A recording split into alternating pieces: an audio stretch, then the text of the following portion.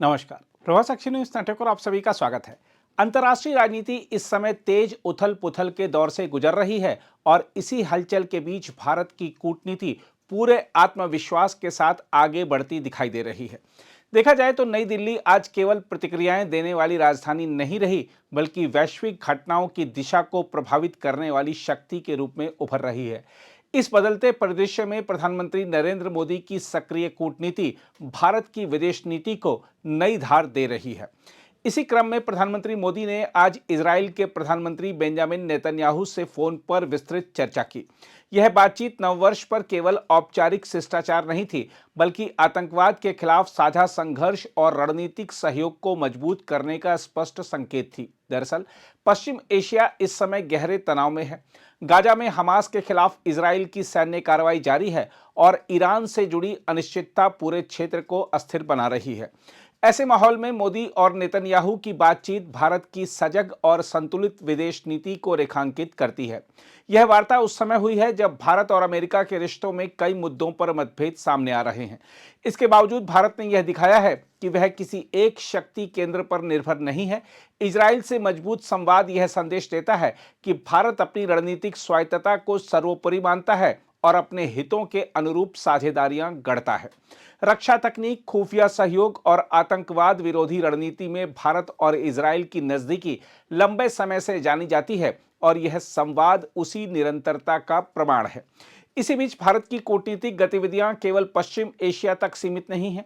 अगले सप्ताह German chancellor की भारत यात्रा प्रस्तावित है। यह यात्रा भारत और यूरोप के रिश्तों में एक और मजबूत कड़ी जोड़ेगी। हम आपको बता दें कि जर्मनी यूरोप की आर्थिक और राजनीतिक धुरी माना जाता है और उसके शीर्ष नेतृत्व का भारत आना यह दर्शाता है कि नई दिल्ली वैश्विक शक्ति संतुलन में एक अनिवार्य साझेदार बन चुकी है।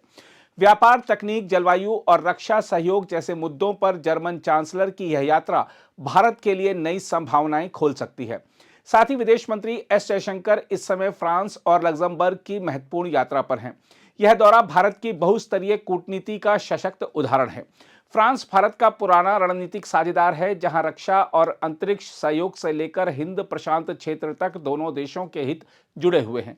साथ ही लग्जमबर्ग जैसे छोटे लेकिन आर्थिक रूप से प्रभावशाली देश के साथ संपर्क यह दिखाता है कि भारत केवल बड़ी शक्तियों तक सीमित नहीं, बल्कि हर उस मंच पर अपनी उपस्थिति दर्ज करा रहा है जहां उसके दीर्घकालिक हित सुरक्षित हो सकते हैं। इन तमाम पहलुओं को एक साथ देखने पर स्पष्ट होता है कि भारत की विदेश नीति अब प्रतिक्रियात्मक नहीं, बल्कि पूर्व नियोजित और आक्रामक हो चुकी है। मोदी की कूटनीति का मूल मंत्र साफ है कि भारत अपने राष्ट्रीय हितों के साथ कोई समझौता नहीं करेगा और आतंकवाद के मुद्दे पर दोहरे मापदंड स्वीकार नहीं करेगा। इजराइल से संवाद हो या यूरोप के साथ साझेदारी, भारत हर मोर्चे पर अपने दृष्टिकोण को स्पष्ट और निर्भीक तरीके से रख रहा है।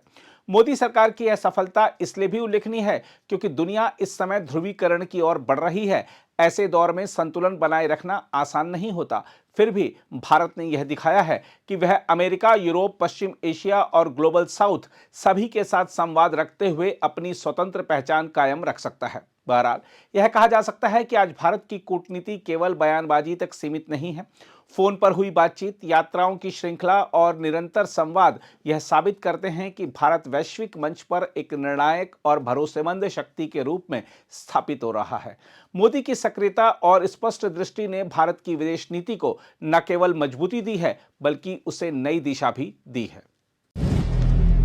अगर आप भी लेना चाहते हैं देश दुनिया की तमाम जानकारी, तो आज ही सब्सक्राइब करें हमारे चैनल को। साथ ही नीचे दिए बेल आइकन को जरूर दबाएं ताकि हर अपडेट आप तक पहुंच सके।